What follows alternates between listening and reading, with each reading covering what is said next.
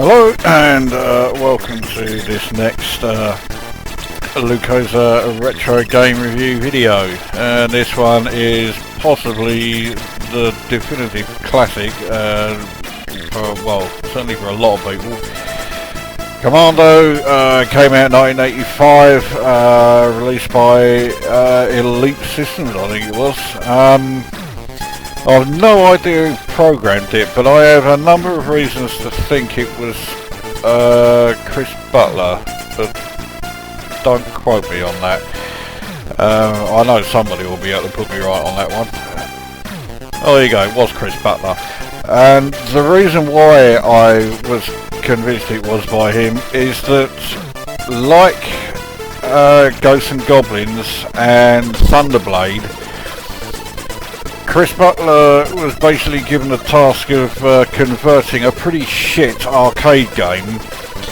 So rather than doing an out-and-out conversion, to me anyway, it seems as though he's done his own interpretation of it rather than a straight-out conversion. And the result is, for all three of them, that the conversions are better than the arcade original. I fucking hated the arcade original of Commando. I thought it was absolute fucking bollocks. And yeah, I think the 64 version is pretty good. It's not perfect. It does have some glitches, which you will see. But yeah, it's still a billion times better than the fucking wanky arcade game. Now, theme tune, in fact all of the music is by Rob Hubbard. Indeed, his Commando music is considered one of his classic pieces. The one fact I know about it is that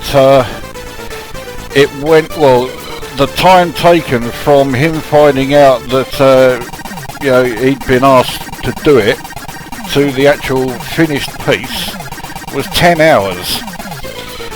And much of that time was spent down the pub. Now, if that isn't pure Rob Hubbard, nothing is. Anyway, let's give this a go. So, fighter start, and I mean, everyone knows how to play this fucking game, surely.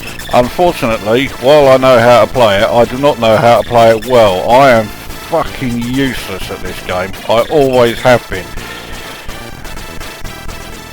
And I walked straight past a load of additional, ammo and that, but I always get up here and I never get past this fucking lot with the largely because I can never remember. Okay, it's space. I could never remember how to throw the grenade.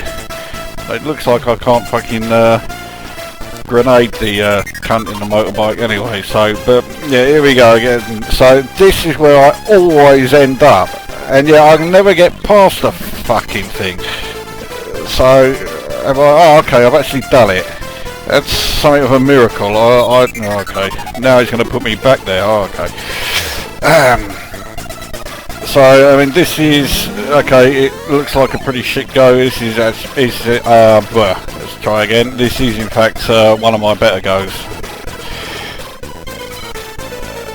So, I've never been 100% sure what the actual idea of the game is, except to, basically make your way from, bottom to top and shoot every fucker you come across. Then again, I mean, since when did a shoot 'em up need an actual objective, you're seeing now some of the glitchy graphics here, and yeah, unfortunately they do crop up quite a bit. The game does send the graphics a bit haywire sometimes because there is a lot going on. You can see, look, there's only half a Jeep there, and it's just carrying on just like that. Okay, so you lose a life by falling down the hole and lose a life by getting run over. Holy shit! Yeah, I think. Yeah, graphically it's going a bit fucking mental. Thankfully you do get quite a serious number of lives, and you fucking need them. Well, you do if you're as shit as shooter-ups as I am. now you get bastards in the fucking river, and then you got that fucking thing. I haven't got a clue how you get past that. I don't think I need to worry about it too much because I'm not going to. Told you I wasn't. Holy crap! And the thing is, this isn't down to the emulator. I remember that happening in the in the 64 version when I had it. And yeah, it did become a bit infamous for it. It's not that the game's bad, but it's just that, yeah, the graphics were a bit on the glitchy side. Not enough to, you know, make people think, oh, the game's shit, but it was nevertheless there. Yeah, I never have a prayer at that go, or that area, so probably just as well that I didn't last too long.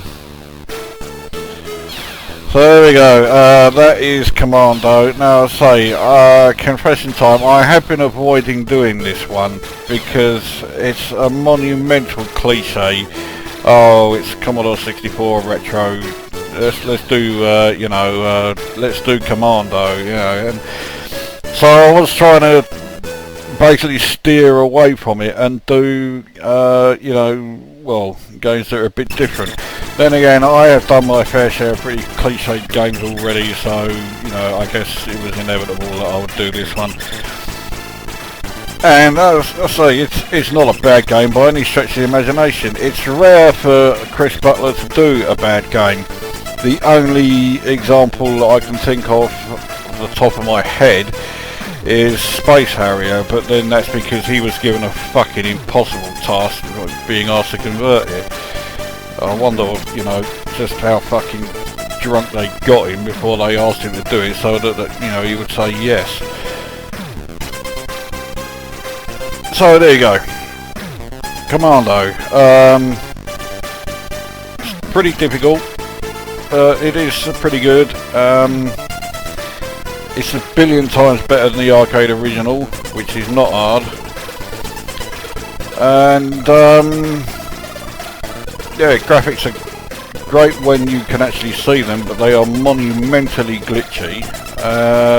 Sound is fantastic. I mean, I think this is some of Rob Hubbard's best work. And of course it does help also that it's a single load, there's no multi-load with this thing. So, how do I rate it? Well, the glitchy let's try that again. The glitchy graphics are a real problem at times, as you saw. And the difficulty level is a bit too high for me.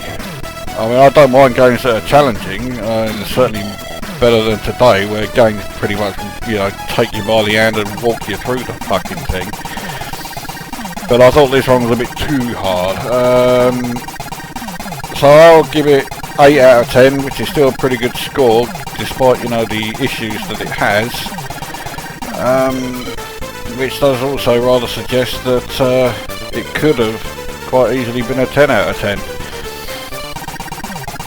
So there you go, Commando for Commodore 64.